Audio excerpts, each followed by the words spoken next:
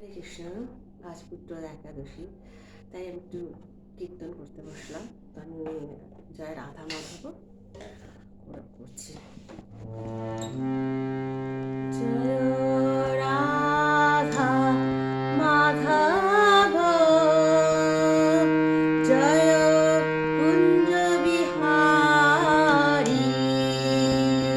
Joy Radha Madhav,